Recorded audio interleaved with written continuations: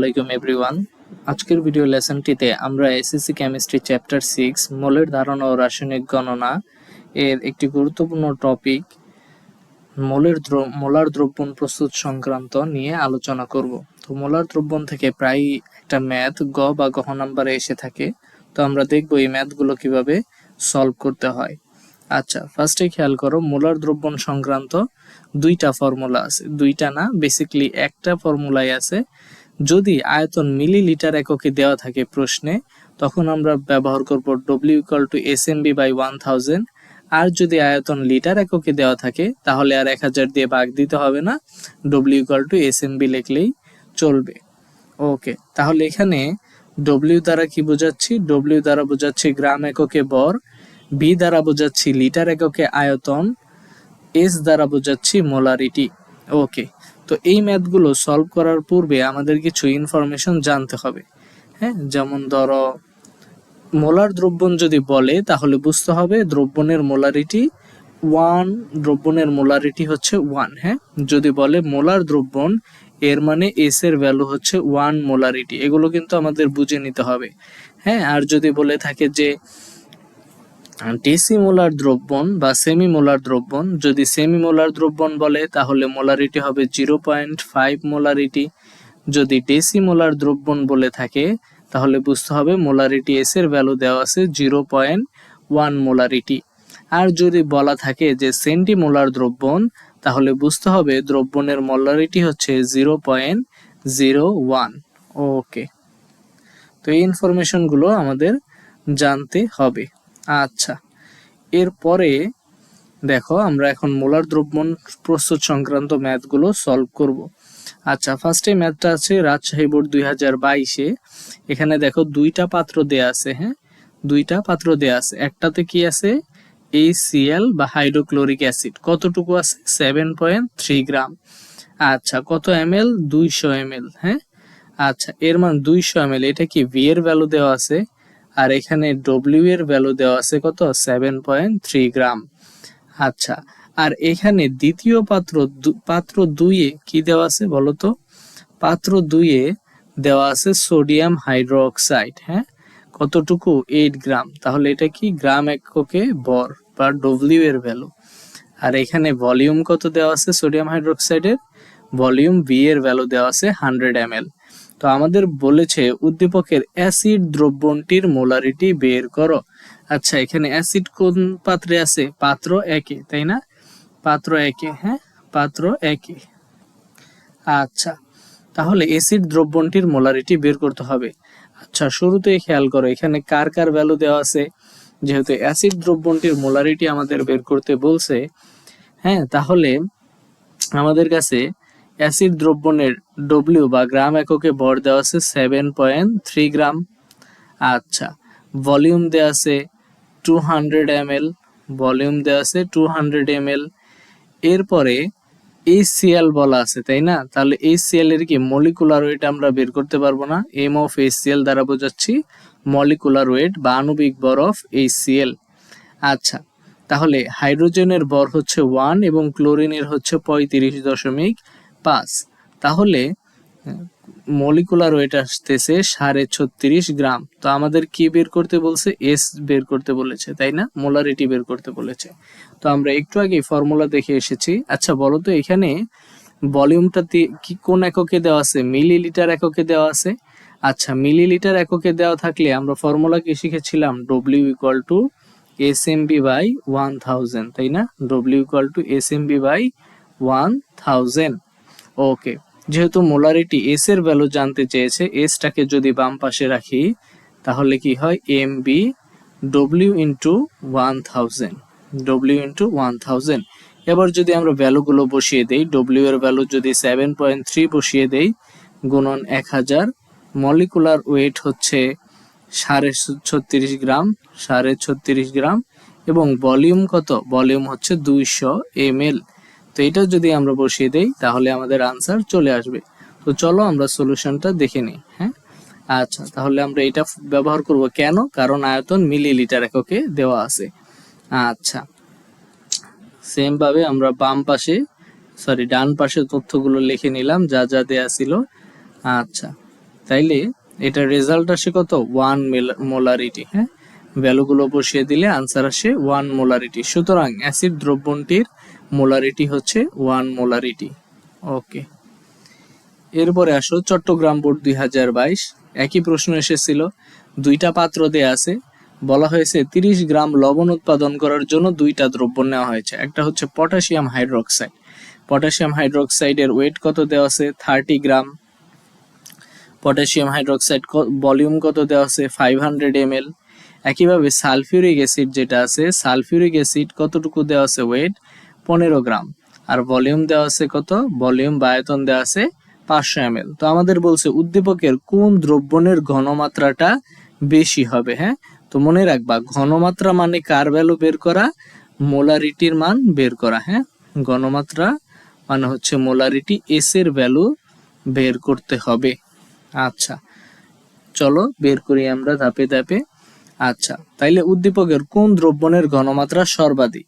তো আমরা প্রথমে কি লিখব, প্রথম দ্রবণটির ঘনমাত্রা নির্ণয়।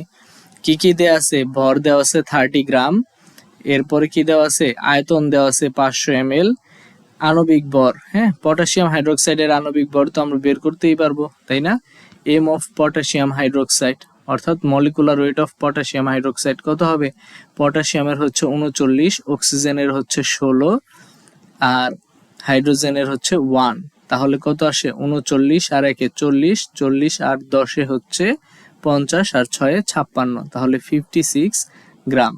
ওকে, তাহলে আমরা এখানে কি কি বের করলাম, আণবিক ভর পটাশিয়াম হাইড্রোক্সাইড আণবিক ভর 56 গ্রাম, তাহলে মোলারিটি বের করব বা ঘনমাত্রা বের করব।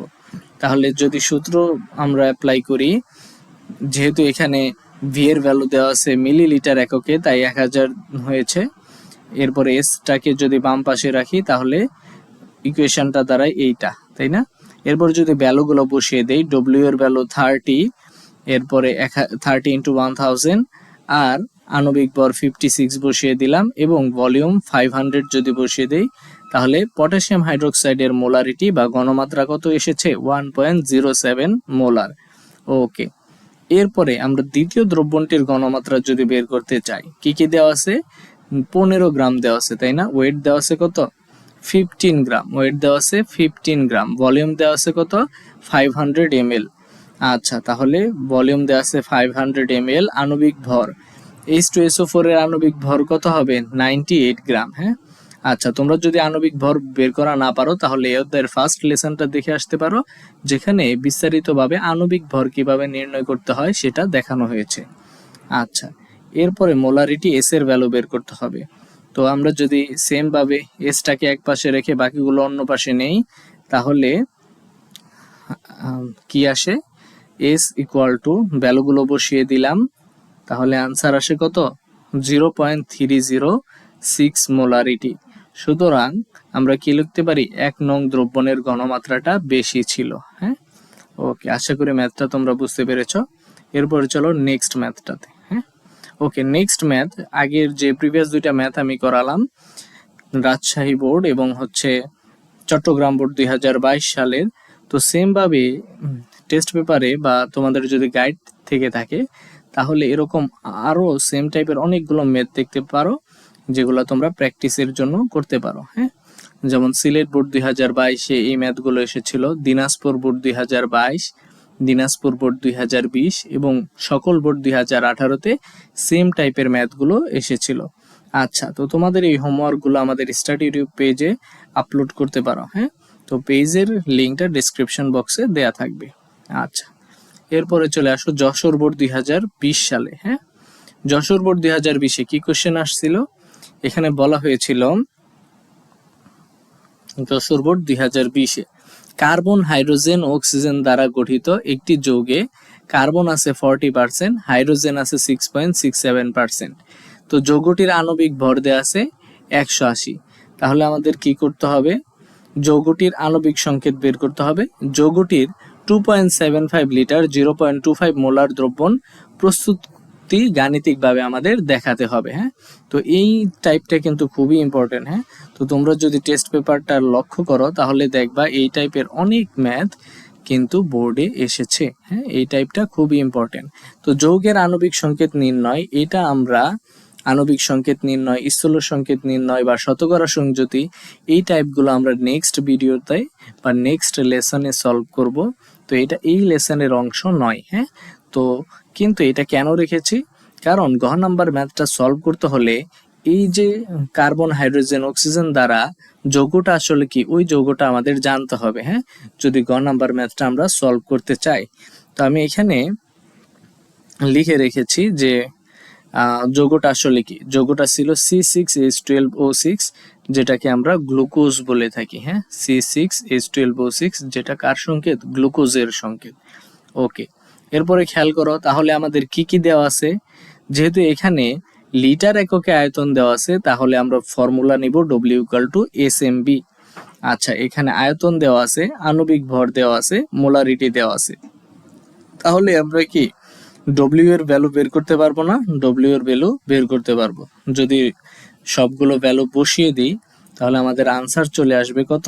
আনসার চলে আসবে 123.75 গ্রাম। আচ্ছা, তাহলে যৌগটির অর্থাৎ গ্লুকোজের যদি 2.75 লিটার 0.25 মোলার দ্রবণ প্রস্তুত করতে চাই, তাহলে কত গ্রাম নিতে হবে গ্লুকোজ? 123.75 গ্রাম। আচ্ছা, তাহলে শেষে একটা কোয়েশ্চেন করেছে দ্রবণ প্রস্তুতি গাণিতিকভাবে বিশ্লেষণ করো। তাহলে এবার দ্রবণের প্রস্তুতিটা যদি আমরা দেখি, হ্যাঁ, স্টেপ ওয়াইজ যদি দেখি, তো প্রথমে কি করব, measure out 123.75 glucose into a flask. তো এইটাকে বলে কনিক্যাল ফ্লাস্ক। হ্যাঁ, তো একটা কনিক্যাল ফ্লাস্কে কি করব, 123.75 গ্রাম গ্লুকোজ নিয়ে নিব। বাংলায় কিভাবে লিখবো, একটি আয়তনমিতিক ফ্লাস্কে বা বিকারে 123.75 গ্রাম গ্লুকোজ মেপে নিই।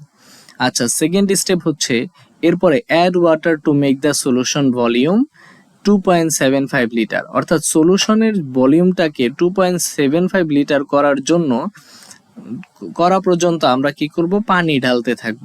তাহলে পানি যোগ করে দ্রবণের আয়তন 2.75 লিটার করব। এরপরে কি করব, এই যে এটাকে বলা হয় গ্লাস রড। তো গ্লাস রড দিয়ে আমরা কি করতেছি, স্টেয়ার করতেছি। স্টেয়ার মানে কি, নাড়াচ্ছি। হ্যাঁ, বা এটাকে নাড়ানি বলা হয়। তো এটাকে নাড়াইতে হবে, stir with a rod to ensure complete mixing of the solution, অর্থাৎ কাঠি বা নাড়ানি দ্বারা নেড়ে সম্পূর্ণ দ্রবণ মিশ্রিত হওয়া নিশ্চিত করতে হবে। অর্থাৎ যতক্ষণ না পর্যন্ত দ্রবণগুলো পানির সাথে প্রপারলি মিক্স হচ্ছে ততক্ষণ পর্যন্ত আমাদের নাড়তে হবে। এবং একেবারে ফাইনাল স্টেপটা হচ্ছে এভাবে আমরা কি করব, 2.75 Das prepare 2.75 litre of 0.25 molarity solution. তো এভাবেই আমরা 2.75 লিটার 0.25 মোলার দ্রবণ প্রস্তুত করতে পারি। আচ্ছা, তো আজ এ পর্যন্তই। তো তোমাদের যদি স্টাডি টিউব এডুকেশন চ্যানেলের ভিডিওগুলো ভালো লেগে থাকে তাহলে অবশ্যই চ্যানেলটি সাবস্ক্রাইব করবে এবং বন্ধুদের সাথে শেয়ার করবে। ততক্ষণ পর্যন্ত সবাই ভালো থাকবে, সুস্থ থাকবে। আল্লাহ হাফেজ।